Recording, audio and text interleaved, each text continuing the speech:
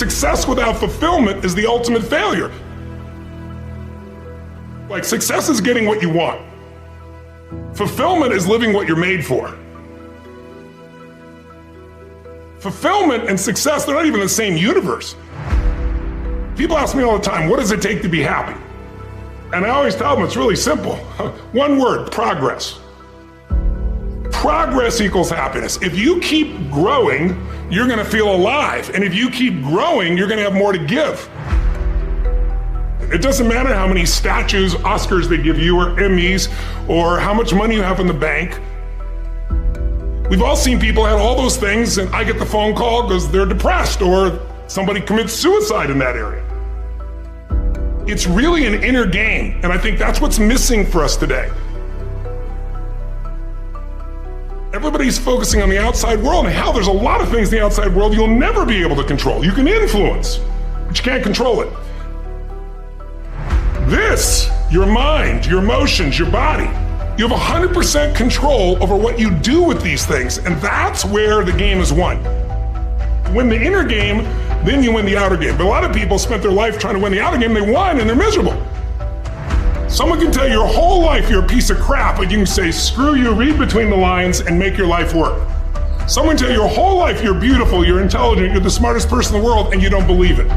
Because self-esteem doesn't come from what people say about you. Self-esteem is earned within yourself.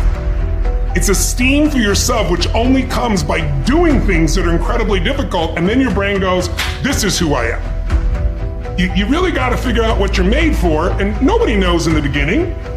So you start where you are and you do what's in front of you, do what's next, and you keep growing until you start to discover, hey, this is my real passion. So identity is the number one thing I work to change with people, to expand it. Expand your own sense of who you really are and what you're capable of. And the mindset has to be destroy any limitation and move forward, move forward, move forward. I think passion is the genesis of genius. If you've got enough passion, you're gonna find answers nobody else does. But most people run out of fuel, meaning they get tired, they get exhausted, they get burnt out, they get the law of familiarity. They're around something so much they take it a little bit for granted. And I've managed to see something in myself that I found in every great leader that I've ever respected, and that is, I value intelligence immensely, but I know really smart people can't fight their way out of a paper bag pragmatically, right? What I see as the one common denominator of people that are successful over a lifetime is the sustained hunger. Hunger is the number one factor. You need to be good at pattern recognition, and that's what gets somebody strong at anything. I mean, you look at, why is Amazon doing so well? He realized one pattern was valued over anything else, convenience, right? If you look at Tom Brady, a friend of mine, he's got pattern recognition like nobody else at 43 years old. He's able to do things no one dreamed could be done. He's got more Super Bowl rings than any team. See, what do they see that none of us see? What's the pattern? Then you gotta learn pattern utilization. It's one thing to see it, it's another thing to use it. And then if you're good after a while, you get to pattern creation. It's like if you learn to play the piano, most people play other people's music, and then there's a point you've learned so much that you're able to create. It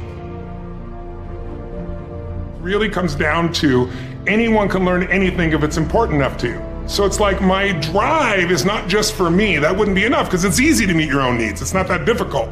But if you can find something that you care about more than yourself, your daughter, your son, your family, your business, your mission, your community, whatever it is, that's really the secret to energy and vitality and strength and really learning.